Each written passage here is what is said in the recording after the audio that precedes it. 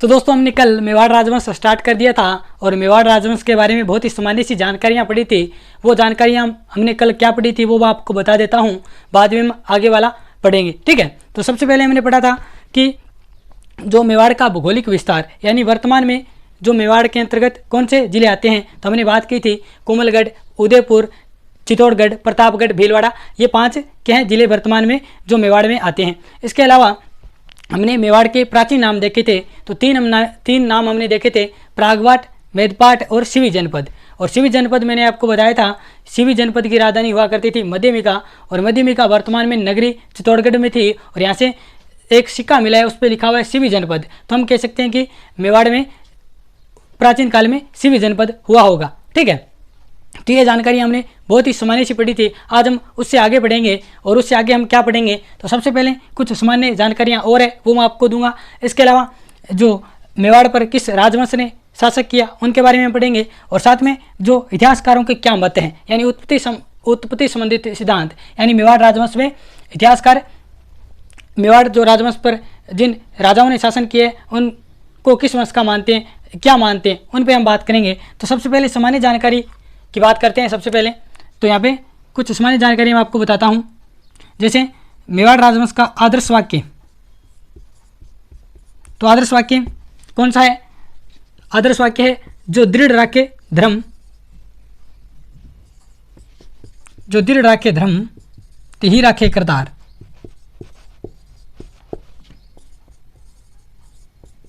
यानी ये क्या है, मेवाड़ जो राजवंश है उसका आदर्श वाक्य है, यानी जो दृढ़ राखे धर्म तिहि राखे करतार, यानी जो धर्म की रक्षा करेगा उसका शासन ही चलेगा, जो धर्म की रक्षा नहीं करेगा उसका पतन निश्चित है। यानी धर्म का मतलब यहाँ से जाति विशेष से नहीं है, बल्कि धर्म का मतलब यहाँ पे कर्तव्य से है। यानी राजा है वो अपनी कर्तव्यों का निर्वहन करेगा तभी उसका शासन चलेगा, जो अपने कर्तव्यों का निर्वहन नहीं करेगा उसका पतन निश्चित है। ठीक है, ये मेवाड़ राजवंश का आदर्श वाक्य है। इसके बाद में बात करते हैं इनका राष्ट्र ध्वज,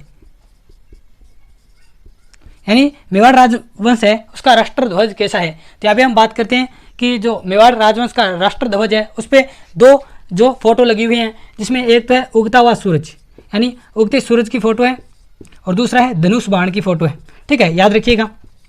यानी जो मेवाड़ राजवंश है उसका राष्ट्र ध्वज पे कौन सी 2 फोटो लगी हुई है, तो एक फोटो लगी है उगता सूरज, दूसरा धनुष बाण। ठीक है, इसके अलावा अगर हम बात करें, मैं अभी आपको बता देता हूँ कि मेवाड़ राजवंश के जो राजा होते थे उनका जो राज तिलक कहाँ होता था, वो हम सिसोदिया राजवंश पढ़ेंगे। यानी इनका ही 2 राजवंश शासन किया था, एक गुइल एक सिसोदिया। तो उस समय जब पढ़ेंगे तो मैं आपको फिर से बताऊंगा, लेकिन अभी मैं आपको बता दूं राज तिलक वाली बात। यानी इनका राज तिलक कहाँ हुआ करता था, तो एक उदयपुर में स्थान पड़ता है पनेड़ा, यानी पनेड़ा ये जगह पड़ती है उदयपुर में, और यहाँ पे हुआ करता था इनका राज तिलक। और करता कौन था, तो उंदरी गांव एक गांव था, उसका भील मुखिया। और आप सभी जानते हैं कि जो भील जनजाति है उसमें मुखिया होता है उसको क्या कहा जाता है, गमेती कहा जाता है। क्या कहा जाता है, गमेती। तो यानी जो मेवाड़ महाराणा हुए हैं उनका राज तिलक पनेड़ा जो कि उदयपुर में एक स्थान है, वहाँ पर कौन करता था, भील, जो उंदरी गांव का भील मुखिया था जिसे हम गमेती कहते हैं, वो करता था। ठीक है, तो ये भी बात आप याद रखिएगा। ये हमने मेवाड़ राजवंश के बारे में कुछ सामान्य जानकारियाँ हैं वो मैंने आपको बताई। क्या जानकारी थी, एक आदर्श वाक्य हमने देखा जो दृढ़ राखे धर्म तिहि राखे करतार। उसके बाद में राष्ट्र ध्वज में 2 फोटोएं किन की लगी हुई है, एक उगता सूरज, दूसरा धनुष बाण। उसके बाद में मैंने राज्य तिलक की बात की। राज्य तिलक कहाँ होता है, तो पनेड़ा जो उदयपुर में स्थित है वहाँ पे कौन करता है, उंदरी गांव का भील मुखिया जिसे गमेती कहा जाता है। यानी भील मुखिया को हम क्या कहते हैं, गमेती। ये सामान्य जानकारी मैंने आपको दी। अब हम देखते हैं कि मेवाड़ जो हुआ है इस पर कितने राजवंशों ने शासन किया, ये देखते हैं। तो यहाँ पे बात करते हैं तो कितने राजवंशों ने शासन किया, तो हम कहते हैं कि 2 राजवंशों ने शासन किया। वैसे दोनों राजवंश एक ही हैं, एक ही खून है, लेकिन इनकी उपाधियों के कारण ये 2 है। कौन कौन से, एक है घुइल राजवंश, एक हम पढ़ते हैं सिसोदिया राजवंश।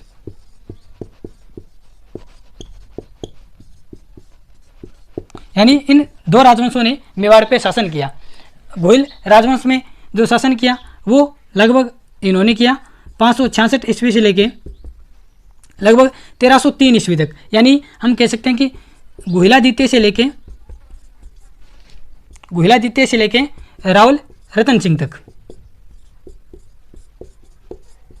और यहाँ पे इनकी जो उपाधि मिलती है हमें गुहिल राजवंश की, तो ये मिलती है रावल, यहाँ पे रावल रतन सिंह लिखा हुआ है। इसके अलावा अगर हम बात करें कि सिसोदिया राजवंश, ये इनका स्टार्ट होता है 1326 से लगभग 1948 यानी आज़ादी के बाद तक। कौन कौन यानी सिसोदिया जो राजवंश है उनमें कहाँ से कहाँ तक इनकी उपाधि मिलती है हमें राणा, और यहाँ पे राणा हमीर से लेके राणा भोपाल यानी राणा भोपाल सिंह तक शासन किया था। इतने लंबे समय तक शासन किया था किस राजवंश ने? सिसोदिया राजवंश ने। और यहाँ इनकी उपाधि हुआ करती थी राणा या महाराणा।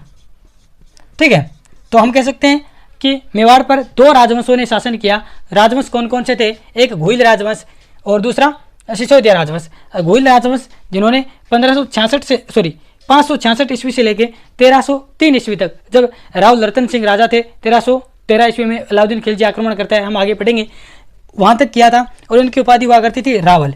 इसके अलावा दूसरी जो राजवंश था वो था सिसोदिया राजवंश, जिसने 1326 से लेके 1948 तक शासन किया। यानी हम कह सकते हैं कि राणा हमीर से महाराणा भोपाल सिंह तक शासन किया और इनकी उपाधि हुआ करती थी राणा या महाराणा। ठीक है, तो सबसे पहले हम घुइल राजवंश के बारे में पढ़ेंगे। यानी ये जो घुइल राजवंश है उसको हम क्या पढ़ेंगे, फिर हम पढ़ेंगे सिसोदिया राजवंश। ठीक है, इससे पहले हम पढ़ेंगे उत्पत्ति संबंधित सिद्धांत। तो देखिएगा,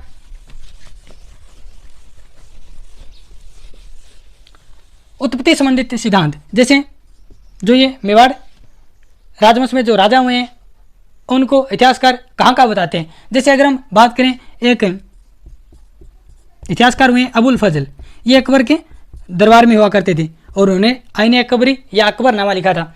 ये कहते हैं कि जो ये घुइल थे ये ईरान का राजा हुआ करता था, उसको शाह बोलते थे। यानी ईरान के शाह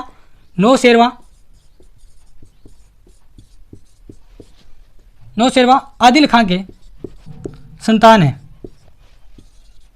यानी जो अबुल फजल है वो कहता है कि जो घुइल है वह ईरान के शाह नौशेरवा आदिल खां की संतान है।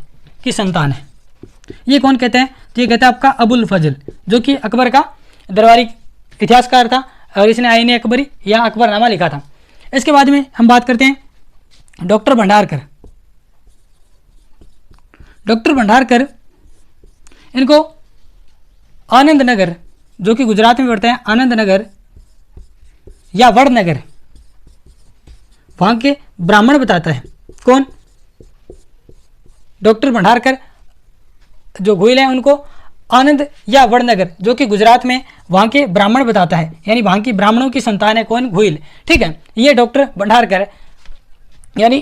भंडारकर बताते हैं। इसके बाद में हम पढ़ते हैं जो ओझा और यानी गौरीशंकर हीराचंद ओझा और नैण सिंह, ये दोनों जो घुइलों को, या हम कह सकते हैं जो मेवाड़ पर राजवंश ने शासन किया, उनको ये क्या बताते हैं? सूर्यवंशी राजपूत। तो याद रखिएगा, ओझा और नैण सिंह क्या बताते हैं घुइलों को, या मेवाड़ राजवंश के जो राजा हुए हैं, महाराणा हुए हैं, उनको सूर्यवंशी राजपूत कहते हैं। और अबुल फजल है वो कहता है कि ये ईरान के शाह नौशेरवा आदिल खां की संतान है, जबकि डॉक्टर भंडारकर कहते हैं कि ये आनंद नगर या बड़नगर के जो ब्राह्मण हैं उनकी संतान है। ठीक है, इसके बाद में अगर हम बात करें, एक इतिहासकार हुए हैं और वी ए स्मिथ की बात करें, तो ये इनको यानी घुइलों को विदेशी बताते हैं।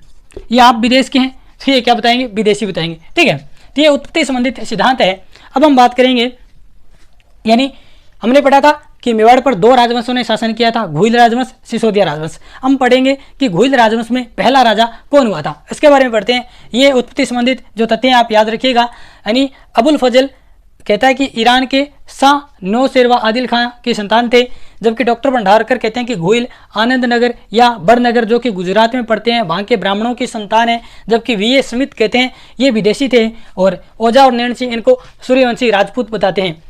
इसके अलावा यहाँ पे नैण सिंह का नाम आया तो मुझे एक बात और याद आ रही है कि नैण सिंह है मुड़ोत नैण सिंह, जो जसवंत सिंह प्रथम, जो कि मारवाड़ के राजा में उनके दरबारी कवि या विद्वान थे।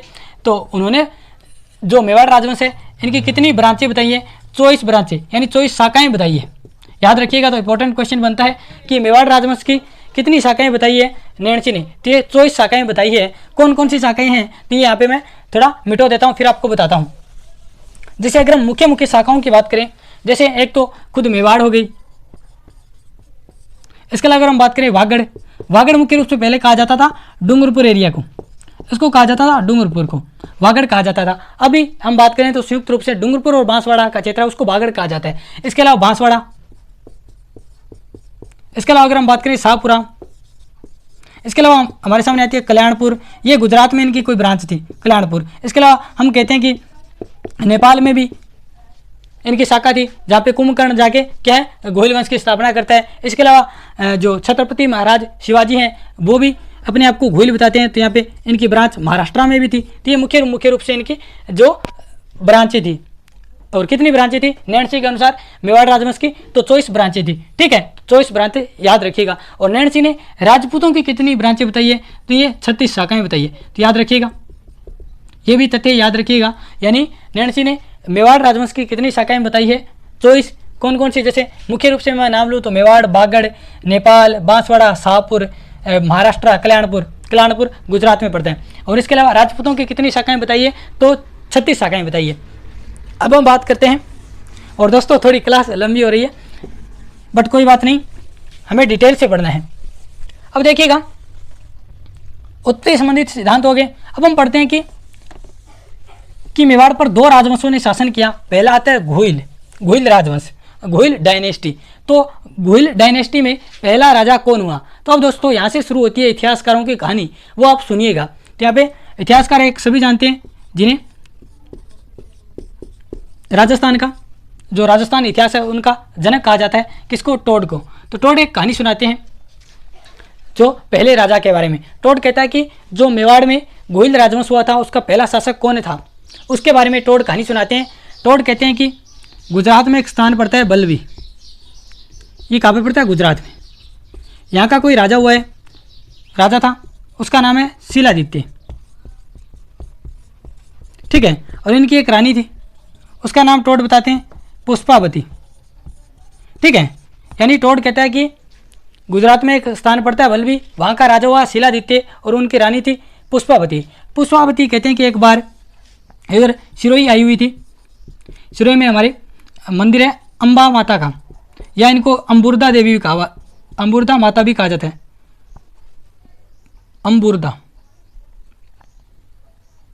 अम्बुर्दा माता का मंदिर। ठीक है, अभी मैंने पता नहीं चल रहा है कैसे लिखा जाता है, लेकिन आप समझ जाना, अम्बुर्दा माता या अम्बा माता का मंदिर। ठीक है, तो यहाँ पे इस मंदिर को हम कहते हैं राजस्थान की, इन माता को हम कहते हैं राजस्थान की वैष्णो देवी।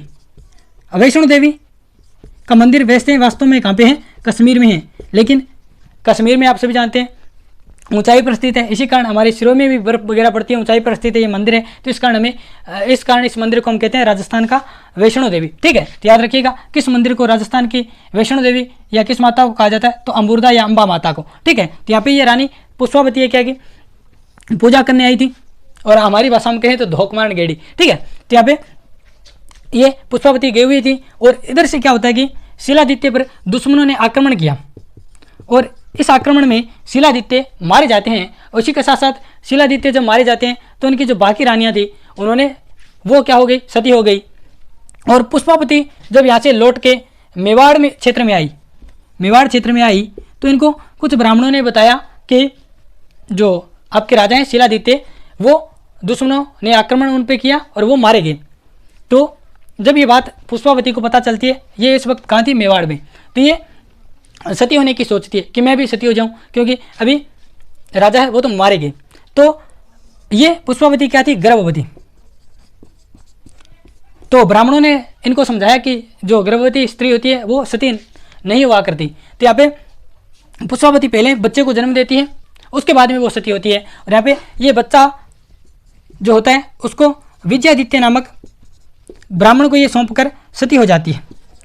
और विजयादित्य ब्राह्मण के यहाँ कहते हैं कि जो ब्राह्मणी थी उनका नाम था कमलावती, और कमलावती के द्वारा जो पुष्पावती का बच्चा था, पुत्र था, उसका पालन पोषण किया जाता है। और यहाँ पे कहते हैं कि जो विजयादित्य ब्राह्मण था उन्होंने कहते हैं कि जो उनका जो बच्चा हुआ था पुष्पावती का, उसका जो पालन पोषण है कहते हैं कि एक गुफा में किया था। अब गुफा में क्यों किया था कि कहते हैं कि विजयादित्य को डर था कहीं जो ये शिलादित्य के जो दुश्मन है वो इधर मेवाड़ वाली साइड पे आक्रमण न कर दें, क्योंकि इनका बच्चा अगर उनको पता चल जाए तो इसलिए कहते हैं कि इसको गुफा में क्या इनका पालन पोषण किया गया था, और इसी कारण इनका नाम रखा गया था गुलादित्य या गुहादित्य कह सकते हैं। पहले गुहादित्य, फिर ये धीरे धीरे गुहादित्य से परिवर्तन होता बन गया गुहिलादित्य। ठीक है, गुहिलादित्य। तो यहाँ पे 3 बातें हमें पता चलती है जो टोड ने कहानी सुनाई उसके अनुसार, कि पहला जो गोहिल वंश का राजा था वो था गुहादित्य या गुहिलादित्य। ठीक है, और उसकी माता का नाम हमें पता चलता है पुष्पावती, और पिता का नाम उसका शिलादित्य, और इसका जो दाई माँ है उसका नाम हमें पता चलता है कमलावती। तो यहाँ पे कितनी बातें, 4 बातें हमें पता चलती है। पहला, टोड की जो कहानी है उसके अनुसार जो गोहिल राजवंश का पहला राजा हुआ है उसका नाम था गुहिलादित्य या गुहादित्य, और उसका जो माता थी उसका नाम पुष्पावती, जबकि उनके पिता थे उनका नाम शिलादित्य, और उनकी ढाई माँ थी उनका नाम था कमलावती। ठीक है, ये टोड ने कहानी सुनाई। इसके बाद में देखिएगा यहाँ पे एक ट्विस्ट आता है, और जो हमारे जो इतिहासकार हुए हैं जो रिसर्च करके इतिहास को लिखते हैं, और उनका नाम मैंने आपको बताया था, कल भी बताया था, गौरीशंकर हीराचंद ओझा, जो कि सिरोही के रोहिड़ा गांव के थे, और उन्होंने बहुत अच्छी अच्छी बुकें लिखी है, प्राचीन लिपिमाला लिखी है उन्होंने, और राजपूतानी का पूरा इतिहास लिखा है अलग अलग। ठीक है, तो ये बहुत ही यानी रिसर्च करके इतिहास लिखते थे। इनको एक सामोली में अभिलेख मिलता है, इंस्क्रिप्शन मिलता है, मुझे इंग्लिश नहीं आती बल्कि मैं यूज करता हूँ। ठीक है, सामोली अभिलेख, यहाँ पे इनको एक सामोली अभिलेख मिलता है। सामोली अब कहाँ पे, ये उदयपुर में। ठीक है, तो इनको सामोली में अभिलेख मिलता है कब का, 646 ईस्वी का। ध्यान से सुनिएगा मेरी बात। और ये किसको मिलता है, गौरीशंकर हीराचंद ओझा। ये जब इस अभिलेख को पढ़ते हैं तो उनको पता चलता है कि ये कोई अभिलेख है, ये कोई शिलादित्य नाम का कोई राजा है उसका है, और शिलादित्य खुद इस अभिलेख में अपने आप को बताता है कि मैं जो गोहिल है या गोहिलादित्य जो हमने राजा अभी पढ़ा था उसका 5वां वंशज है। यानी सामोली अभिलेख उदयपुर में गौरीशंकर हीराचंद ओझा को मिलता है, कब का है, 646 ईस्वी का। और ये अभिलेख किस राजा का है, तो शिलादित्य का। और शिलादित्य इस अभिलेख में खुद को बताता है कि मैं गोहिलादित्य का 5वां वंशज हूँ। इसका मतलब शिलादित्य से ऊपर कोई 4 राजा हुए हैं, पहला तो ये बता रहा है कि मैं गोहिलादित्य का 5वां वंशज हूँ, तो इसका मतलब इससे पहले पहला राजा होगा वो उसका नाम होगा गोहिलादित्य। और उसके बाद में ये जो राजाओं के नाम भी देता है, इसके बाद में ये कहता है कि भोज, उसके बाद में ये कहता है कि महेंद्र, और उसके बाद में कहते हैं ये नाग। यानी इस प्रकार हम कहते हैं कि ये गोहिलादित्य के 5वां वंशज है। बिल्कुल ये सामोली अभिलेख में हमें लिखा हुआ मिला है। ठीक है, तो इसका मतलब शिलादित्य कहीं ना कहीं गोहिलादित्य का 5वां वंशज है। इससे दोस्तों जो टोड वाली कहानी है वो फेक साबित होती है, यानी वो प्रामाणिक नहीं मानी जाएगी, क्योंकि टोड कहता है कि ये गोहिलादित्य वो शिलादित्य का पुत्र था। लेकिन सामोली अभिलेख उदयपुर से जब ओझा जी को मिला और ओझा जी ने उसको पढ़ा तो उसमें पता चला कि ये किसी शिलादित्य नाम के राजा का है, और शिलादित्य अपने आप को गोहिल यानी गोहिलादित्य का 5वां वंशज बता रहा है। तो इसका मतलब बड़ा राजा कौन, गोहिलादित्य, और ये 5वां वंशज है शिलादित्य। ठीक है, तो सामोली अभिलेख से हमें इतनी जानकारी मिलती है, तो ये भी आप याद रखिएगा। और इस आधार पर इतिहासकारों ने कहा कि ये अभिलेख हमें 646 ईस्वी का मिला है, तो इससे ऊपर जो राजा हैं उन्होंने लगभग अगर हम माने तो 20 साल, यानी इसने 10 साल, इसने 30 साल, इसका मतलब औसत दोनों की 20 साल पड़ रही है। तो इस प्रकार कहते हैं कि 20-20 साल यानी शासन किया होगा। तो इस आधार पर जब हम बैक चलते हैं यानी 20-20 माइनस करके चलते हैं तो गोहिल का हमारा जो शासन आता है वो लगभग आता है 566 ईस्वी से स्टार्ट होता है। ठीक है, तो इसका मतलब हम कह सकते हैं कि जो गोहिल जो राजवंश है उसमें जो गोहिल राजवंश की जो नींव रखी या गोहिल राजवंश का संस्थापक वो कौन था, वो था गोहिलादित्य। कौन था, गोहिलादित्य। और ये इसने स्थापना कब की, तो कब की 566 ईस्वी। ठीक है, तो आज हमने क्या पढ़ा, हमने सामान्य जानकारी पढ़ी, उसके बाद हमने राजवंश कितने राजवंशों ने राज किया, उसके बाद मैंने पढ़ा उत्पत्ति से संबंधित सिद्धांत, उसके बाद मैंने जो पहला राजा पढ़ा, कौन पढ़ा, पहला राजा गोहिलादित्य। और गोहिलादित्य के बारे में हमने बात की कि ये गोहिल राजवंश का संस्थापक था। इसने स्थापना कब की, 566 ईस्वी में। और इसके जो हमें माता का नाम मिलता है वो पुष्पावती और पिता का नाम शिलादित्य और इसके अलावा जो इसकी धाई माई थी उसका नाम कमलावती, ऐसा माना जाता है। लेकिन शामोली अभिलेख से तोड़ वाली कहानी फेक साबित होती है। ठीक है, तो ये थी आज की हमारी क्लास। आपको क्लास कैसी लगी आप कमेंट बॉक्स में बताइएगा। और कल हम आगे यानी बप्पा राहुल के बारे में पढ़ेंगे। बहुत ही महान राजा हुए हैं और मेवाड़ जो घोइल राजवंश था उसके वास्तविक संस्थापक माने जाते हैं, तो उनके बारे में हम कल हम डिटेल से पढ़ेंगे। ठीक है, धन्यवाद।